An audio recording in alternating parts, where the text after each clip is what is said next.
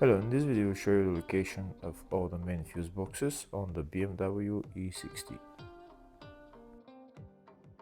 There is 3 main fuse boxes on this car, one in the engine bay, one in the fascia and one in the loading area. There is one fuse box here in the engine bay area. It's located just underneath the cabin filter.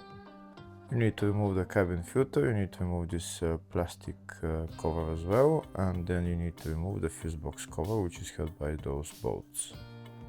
This is the engine bay 1 fuse box.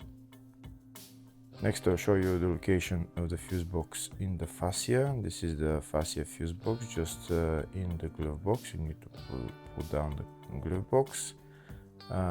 There's those 2 knobs that you need to turn, and that's the glove box fuse box right there.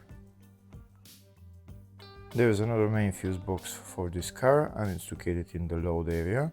You need to remove this panel, and that's the fuse box right there. That's the load area fuse box.